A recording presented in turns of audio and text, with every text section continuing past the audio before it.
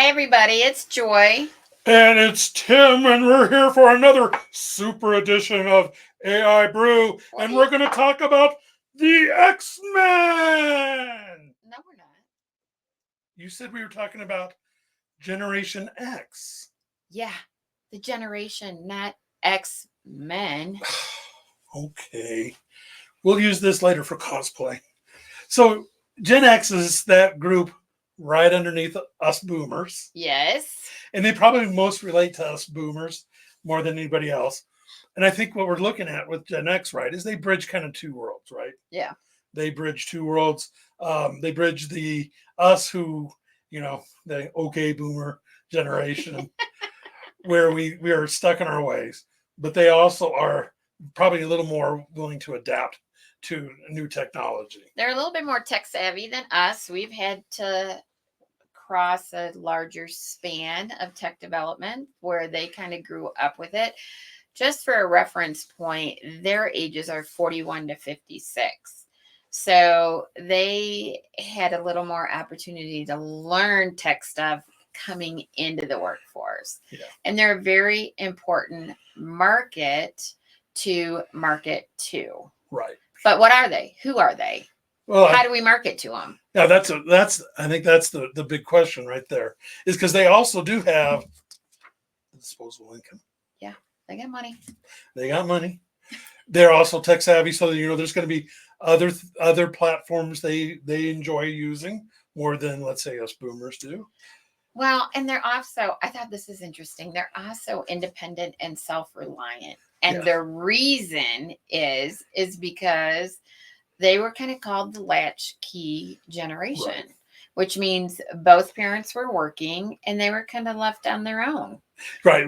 I grew up, my mom was a school teacher, and she would come home about the same time we would come home from school. So we weren't ever really on our own.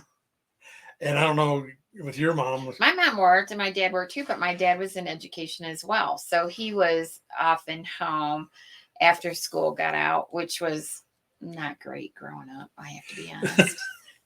But it has made this generation independent and self-reliant. Right. So that's a factor when you create your marketing. But what else is unique about this generation? I think that generation, Gen X, has a sense of humor, probably more than any other. They're willing to talk about being left alone at home and doing stuff and making jokes about it, or being the forgotten generation. And they just have fun, and that's where you can grab their attention, even no matter how serious the topic is. You can grab their attention with a little bit of humor. And we're going to talk about that in just a minute. But I would say another characteristic of this generation is they're kind of entrepreneurs. Oh, yeah, definitely. They have an entrepreneurial spirit, where kind of our generation was you work for the same company, you're loyal, you're with them for 30 years. This generation is like, oh, I think I'm going to do it on my own. Right. I think a lot of them started out working for the man, but then have said, I can do it better than the man. Where our generation was more, I like the safety, and maybe that's the good word. This is the first. Let's go out there and see what's out there in the real world. Yeah, and we like that.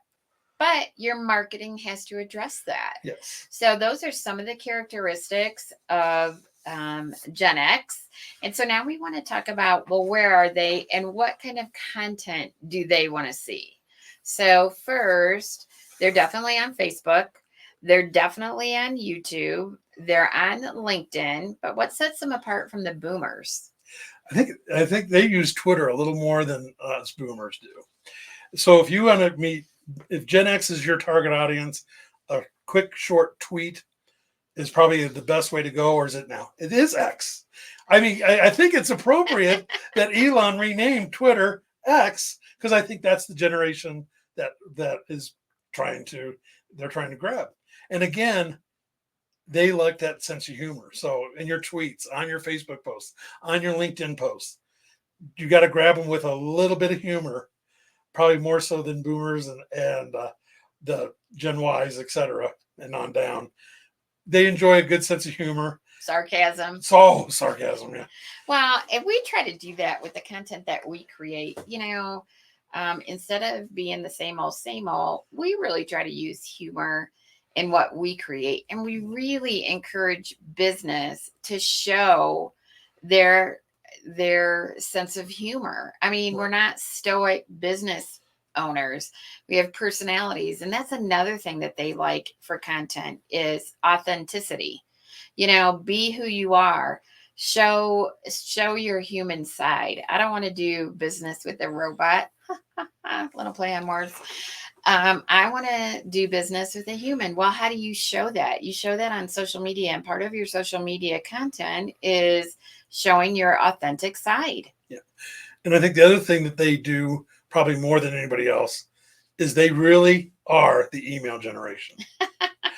They are. That's true. Because they still do, it's not text me, it's email me. Yeah. Right. True. Well, and I think another thing that's really interesting about this generation is they research. Yes. And it's so funny because we're all emotional buyers to one degree or another, but they really do their homework. Yes. And I think because they have grown up with technology to varying degrees, they're very comfortable researching, where in our generation, our day and age, we want face-to-face contact. I want to talk to somebody. This generation, not so much, which that means for your marketing, you better have a lot of content out there in a lot of different formats. And I think we're our generation, we are loyal. The Gen Xers are loyal to a point. Good. Yep. I think they are to a point. And when they reach that point where you've done something that they don't agree with, they're going to find somebody else. Yeah. And that's a good thing. It's a great thing. I think we're too loyal sometimes. I do too. I agree 100%. And I think that's just because how we were raised, all of our parents typically, generally speaking, is they worked for the same company forever. Right. And we kind of just had that mindset instead of the mindset of you better deliver. And if you don't, I'm going to leave. Well, and my dad was an answer to that because he only bought Oldsmobiles. My whole true story. He only ever bought Oldsmobiles. Yeah. And I respect that they've kind of taken the values of the boomer generation and put their twist and their spin on it. And I love that. And if you're a small business owner and you're trying to reach Gen X, keep these things in mind. They are on Facebook, but they consume a lot of videos. They are definitely on YouTube to do their research on products, reviews, comments. They're on X. So you create your content around a generation that is tech savvy, is loyal, is independent, and is funny. And it's funny. Yeah. So you have to mix those in your content to address all those things because that's how you're going to reach them. It's got to be the blender. Got to put everything in the blender. Even though we think we're funny, boomers per se aren't kind of as goofy as we are. I'd say that's a true statement. I think there's a point where we're right on that cusp. Yes, that's a good way to put it. We're right on that cusp. Yes. And so we get the boomers, we get the Gen Xers, and it's fun. So okay, so what's up in the world of AI? Well, last time we talked a little bit about large language models and small language models, and why is small language models, what's going on with them, and why are they going to be the future? Well, there's a couple of reasons, and we're going to talk about one reason today, and that one reason, following our Gen X with the technology, is this thing we have right here. This is where the new generation and the new information gathering devices is going to be cell phones. Large language models are going to take a little longer to respond. Small language models will take a lot shorter to respond. And that's where it's important now is that more and more of us are using our phones as our main form of information gathering. as opposed to laptops or desktop units. So that's where small language models are going to be much faster, and downloading those small language models to get quick responses is going to be important because you're going to have a lot of people fighting over that same space. Well, and the world of search is changing, and we're going to do a significant series on that. Yes. And one of the reasons why it's changing is because of the small language model, because you can search with Chat GPT on your phone with a voice model. And I was just having lunch with somebody yesterday, and I was showing them how to use Chat GPT. Never used it before. Used the small language model on their phone because they are on their phone all the time. And I'm like, this is going to be your question and answer source from here on out. And it is, and it's there. It's there. It's not a pie in the sky. This is going to happen. It's there. Yeah. So. All right. That's it for this week. Right. Next week, we're going to talk about another generation and how to market to them and what platforms they're on. So we will see you then. Next time.